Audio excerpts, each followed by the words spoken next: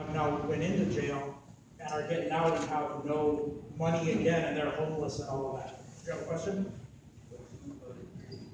I'll tell you about that. We're getting there for sure. It was a financial fraud case is the reason I went to prison.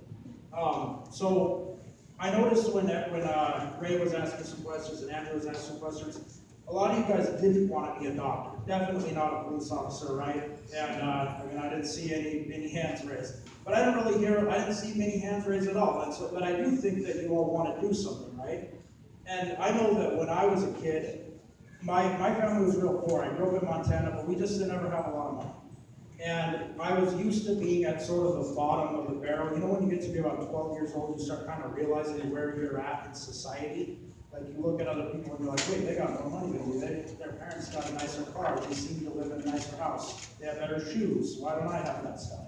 Well, I started realizing that stuff, and I thought, how do I fix this? I don't really know why we're poor, but I hear my parents yelling. My dad was drinking a lot when I was a kid, and he'd come home real late at night, kind of drunk, and my mom would be yelling at him. They'd be getting these fights over money and stuff. And I remember listening to that. I started getting real worried at 12, like I should make money. I should figure out some way to get money. So I started hustling at 12. I got a newspaper route. I started doing a little bit of other stuff too. People at school were selling stolen stuff. I started getting that and selling it. Started selling photo magazines we stole from my friend's dad. We were renting them out on the playground. I mean, I had some good ideas and I had some bad ideas, right? So, but my main point is I was a hustler. My whole life I've always been a hustler. So I got my first felony when I was 14. I started going down the back road a little bit. Started thinking, oh, I might get some friends that I think I need to get some beer and some alcohol, and I'll sell that. Maybe I'll sell some weed. That's where I started getting into the bad route my freshman year of high school. And so I was a pretty enterprising kid, though. By the time I was 17, I actually had my own apartment. I would call myself in for excused absences in school as a junior. I'd say, hey, Eric Connor's not coming in today. They're like, is this his dad? I was like, no, it's just me. I'm just not coming in. So, but I could, and I had my own car, I had my own phone and everything. My parents told me, you're not going to sell drugs at this house.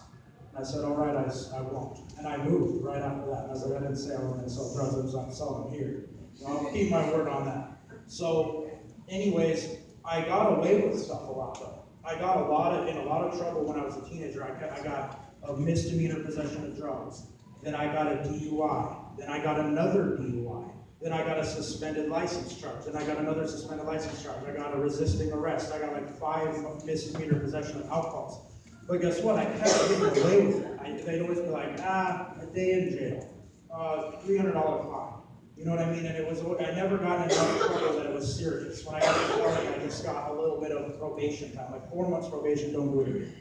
And so it never learned a lesson. You know what I mean? Like I just kept thinking, if I get in a little trouble, I'll just cut some corners and I might go to jail for a day or something. That's not that big of a deal. And so by the time I ended up still looking, though, I wanted to do right. And I ended up going to college at Montana State University. And I mostly screwed around in high school, wasted my time. It was at the very bottom of my class. I did graduate, but barely. And so I finally go to college at Montana State, and I realize I'm so far behind that I don't know how to do algebra. I don't know how to use a computer. I don't know how to do anything really. You know what I mean? Stuff that you're supposed to learn in high school. I was goofing around and smoking weed and going to keg parties and stuff. So I wasted all my time. So I studied really, really hard in college, and then I ended up graduating, and I got 2 degrees. But here's the thing, I could never get that thing out of my mind. Maybe I'll cut a corner here, maybe I'll cut a corner here. You know what I mean? In my mind, I was always thinking it's easier to do something a little bit illegal and make some money, and the consequences are low. So what I do, I started this business when I was in college, selling stuff online, on eBay. Has anybody ever tried to sell anything online before? That works good, though. Yes, it does. So I started selling stuff on eBay, and this is in 2001, okay? And it was doing okay. I wasn't making a ton of money, but I was doing all right. And then a friend of mine said to me, hey, do you want to make some money and help me sell these gift cards?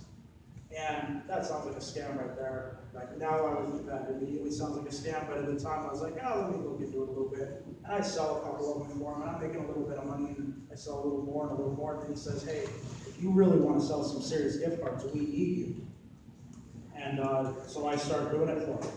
And I don't get in any trouble. And I'm investigating what I'm doing a little bit. I figure maybe would I get in trouble? I don't know. I mean, I'm checking, are they stolen? I'm checking, like, is it a scam? You know, whatever are they counterfeits? They're not.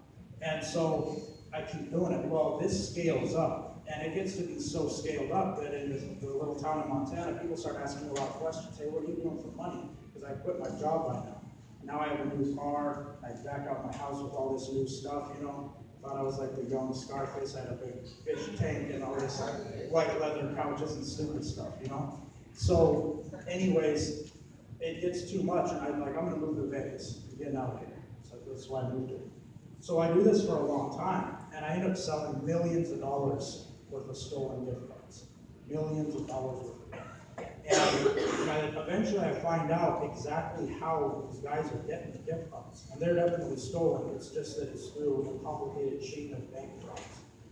So by the time I find out exactly how it's going on, and I realize I might be in a lot more trouble than I thought, I better quietly step away from this operation. However, I know I'm pretty deep in it, right? It's already been a couple of years, and it's like, I'm hoping that if I just sort of fade away, and they forget about me, and maybe some months pass.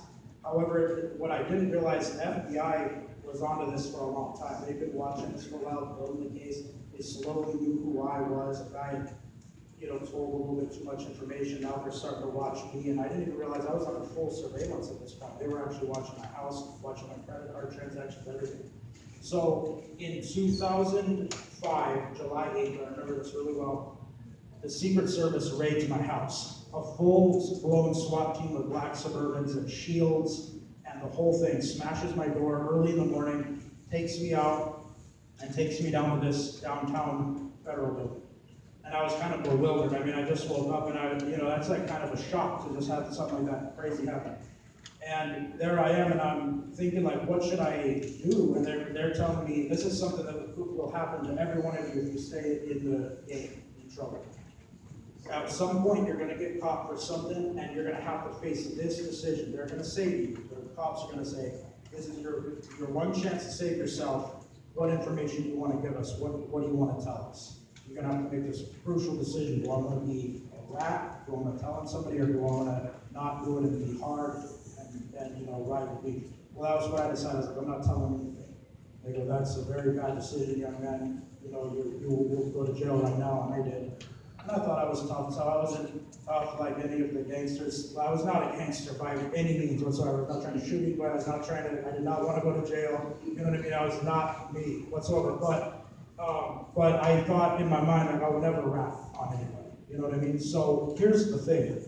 So I end up getting out, and I fight this case. And I get a lawyer, and he's like, we'll probably win. And I fight it out. Well, I don't win. I get 190 months in federal prison for that, for selling stolen gift cards, which is just shy of 16 years.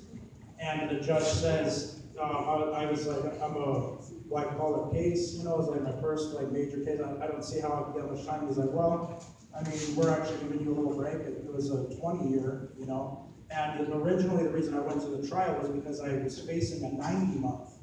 And my lawyer, he wasn't the best lawyer, now that I look back at it in retrospect, he said, well, we got to at least fight the case because the max you can get is 90. So why would you take the deal? And so, as it turns out, I get the 90 and then I get 100. So I go to prison, doing my time, and I end up winning my appeal 3 years later and go back and get 97 months on the 100 charge. And so it's still over 8 years, but I was at least happy to have that. And so at that point, I was like, well, I'm in prison now, I'm going to finish the rest of my time. I have 4 more years. So the point of all this isn't to give you guys any kind of scary stories about prison or anything. I actually had some decent times in prison. It was all right. It wasn't fun by any means, but I just realized, I'm in prison and I'm going to live my life still. You know what I mean? I'm going to live my life how I want to live it. And so, yes, I did crazy stuff in prison still, but eventually I realized this is the thing that I want to get to you guys. When I started realizing I'm going to get out of prison, and I'd see people that were in prison that they had no intention of getting out. They were still doing crazy stuff in there. And I remember my cellie, he only had 3 months left on his sentence. and he was an 18th streeter that was from Greeley, Colorado. And he was so lucky. He had just shot someone on the street and fled, and they caught him with some bullets in his pocket. He got a year for every bullet. He had 3 bullets. And he should have just been glad that he got that, right? He's in his last 3 months, and there's a beef, and someone's like, you need to go handle this. And he's a gang member that's living by the code. So they beat this guy to death, and he gets 40 more years. 40 years. He's at USP Victorville right now. And he's only a quarter of the way into his sentence. And there is no parole in the feds either. It's really 40. I mean, if he's lucky, he might get like 37 on a 40 or something. So, anyways, the point that I'm going with is he had a lot of potential. He really did. He was a smart guy. He taught me how to make hooch. You can do that. How to like brew your own alcohol, you know? And I was like, man, you should do something. You know, like you could have been a scientist or something, actually. But the point is that I'm getting at is, so now fast forward years later, I get out, and guess what I did for a living? I do the same thing I used to do, just legally. I started a business. I started selling stuff on Amazon. A company hired me here in Las Vegas, and they're like, oh, you know about the internet stuff, we'll hire you to make our website and do our e-commerce store. So I started doing that for them. And it grew and grew and grew and grew and grew, and I'm on year 5 right now. We're growing fast. Right now I got 8 employees, 11,000 square foot warehouse, just upgraded to another warehouse.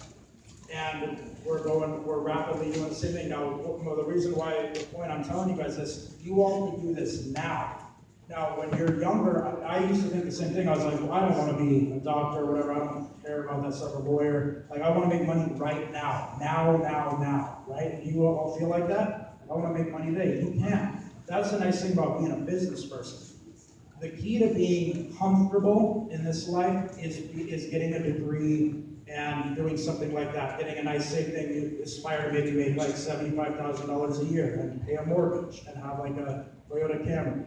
You know what I mean? Maybe a nice manicured yard. That would be a very nice, respectable life. Now, if you want to be a millionaire, how do you do that? There isn't a job that's going to make you $1 million. Not very many. All right? Even if you make $200,000 a year, you can work your entire life, and you will maybe be in the very low millions. By the time you retire, you're going to be like 60 years old. And that's if you save very frugally and invest smart. Now, if you want to be a millionaire when you still can be young, you got to start your own business, and you got to start right now. All right? I'm not trying to pitch you on anything. I'm just telling you, start thinking about this right now when you go home. I can start a business now, today, as a teenager, and I could be making a lot of money pretty soon. Now, where you can't be doing that is if you're in a bunch of trouble. If you're in legal trouble, and then people are saying, hey, little things like I noticed, like you got the ankle bracelet, right? And people are going to say, hey, oh, you got a bunch of tattoos on you. We're not sure if we trust you. We're not sure if we trust that you're going to make good decisions with our capital. That's what a bank's going to tell you, right? We're not sure if we're going to loan the money to you. However, if you're making the right choices and the right track record, it doesn't really matter what your past is all about. You know, you can clean all that stuff up. I used to think people will really care that I'm a felon. People will care that I've got this bad track record. It turns out they don't for me. Once you get out and you prove yourself a little bit, that you're trustworthy, people will be like, hey, we'll let all that stuff go. We don't really care that much about it. So, every one of you right now has a potential really to do something that you really want to. I know that, think about it. I don't know what it is that you want to do, but whatever it is, you can make that into a business, and you can even start today doing it. And the reason why I even do this program and I care so much about all this stuff is that I wish someone would have just told me when I was like 17 or 18. I wish some person who was 30-something would have just grabbed me and said, hey kid, you want to do well, you want to have a business and stuff? And I was like, yeah. And they said, well, just don't do all this stupid stuff. You know, stop doing all these side hustles. Stop doing these things. It's not, you know, just do the right thing. You know, and that's all it takes. And there's people, every one of the places around this whole city, you look around, think about other places you go. Jack in the Box right here. There's a convenience store across the street. There's an auto shop right here. All this stuff. Somebody owns all those places. All those places are making money. The gas station, you go pump your car at. Who owns that? Someone's making a lot of money that owns that place. That could be you. Any one of these places. Don't work there. Buy it. You know what I mean? Find out how to do it. Now, that doesn't mean at all I've talked to a lot of people, they're like, well, should I quit my job? No, like, get a job maybe, work at McDonald's, it's an honorable thing to do. However, don't be satisfied working there forever, learn all the ropes. Learn, how do I become manager at McDonald's? How do I do the books? How do I work the fryer? How do I fix the machine in the back? And then say, how do I get a McDonald's franchise? How do I save money and get a bank account and do all this stuff? That's what you should be asking. So guys, I don't want to sound like a lecture. I just want to encourage all of you because I see a lot of potential in this room, but the problem that scares me is that some of the people in this room will definitely go to prison in this crowd, guaranteed. And I know that the thing that worries me, I've told this story a few times. I ran into a lady a while ago and at the lake, and she said, hey, you remember me? And I didn't recognize her at first, but she said, you know my son from Real Talk. Remember him? And she told me, and I did remember him. And I was like, well, what happened to your son? And she goes, he just went to prison, 15 years in High Desert. So whoever goes to prison here, you might get to meet him. And he might be, by that time, he might be tiny, the 350-pound guy in the cell. You know what I mean? Who knows what's happening. So don't let that be you next, all right? Anyways, guys, yes. I was hiking and rock climbing a couple days ago, and so I'm really sunburned and my legs got all cut up from the rocks. So, does anyone else got any questions or anything? Sure. How bad was prison? I went to 5 different prisons. I never went to a maximum security prison. I was in a medium, a low, and a minimum. I wouldn't say any of them were that bad. I mean, I never got in a fight my whole time in prison. I think I'm a pretty good negotiator. I got into some stern words, I'll say that, and I had, you know what I mean, I had some disagreements with some people, but I never came to blows. I figured you're losing when you do that. If you're at a point where you're needing to physically try to beat somebody in a hand-to-hand combat, you've already lost without. That's how I see it. Any other questions for me? All right, guys, I appreciate all